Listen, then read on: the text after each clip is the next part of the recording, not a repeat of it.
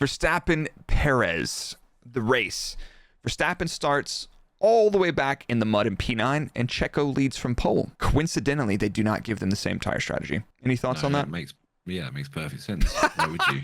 Yeah. So sorry, was I not feeding into the conspiracy? No, that's you fucking nailed it. I can't believe they fucking done this. So let's look back and find any time that you would start the race on the hard tire from pole when everybody else around you is very likely to start on a medium. You're not going to do it. Now, imagine you're out of your pace order and you need to do something different to have the best chance of doing a good race. You're very likely going to consider an alternate strategy if that strategy is viable. And hard tire was very viable. And I think there's a couple of reasons that worked out better for Max. Okay. I think... Don't hit me with it. I think the medium tire at high fuel was not particularly robust. And Checo got into a little bit of deg and then had to pit.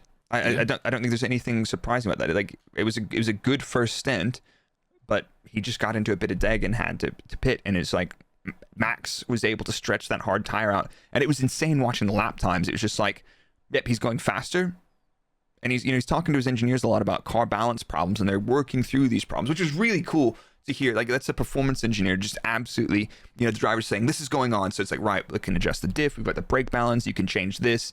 But everything's a compromise. So if you're going to fix this, you need to go back on this. And that dialogue back and forth, I'd love to do a breakdown on that and explain what's going on. I might do that. That's a great video idea. Noted. Probably not. Not if I do it first. Okay, deal. That would involve me actually doing anything with my YouTube channel. So. But it was super cool to hear that. Fucking luck. But yeah.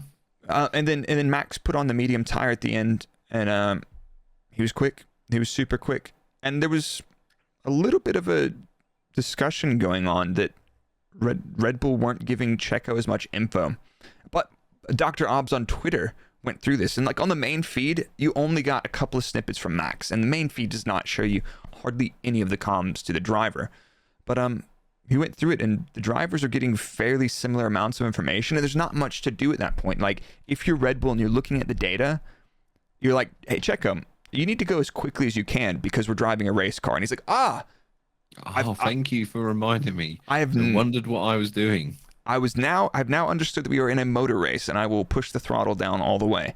But I think that race result after the start was actually inevitable.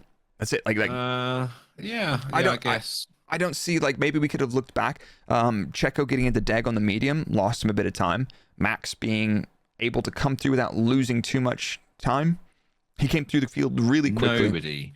I don't remember seeing a single fucking driver putting up any sort of fight against Max. Nah. Now, I kind of get it because the damn thing's a rocket ship. Yeah. But like they were almost like they were blue flagged. They were just like, yeah, whatever, Max, just go for it. Like, get out of my way. I've got a different race to do. And I was a little disappointed with that, even as like a big, unashamed Red Bull Max fanboy. I was like, oh, can at least somebody please like make it a little bit more difficult than just opening up the inside for him along that back straight. And the only person I saw that put up any reasonable decent fight, and even then it was inevitable, was Checo, who made him go to the outside when he on that. So but I think that's an interesting point. But a lot of those cars that he was overtaking, that car putting up a fight will probably lose them more time than letting him through, and that puts them on the back foot for the car that's attacking him. Because in the midfield, that midfield was super compact in terms of gaps, and there was lots of shithousing going on there. But look back to qualifying. The Red Bulls are a half a second faster than most of the cars on the grid per lap. Mm-hmm. And they're better on their tires.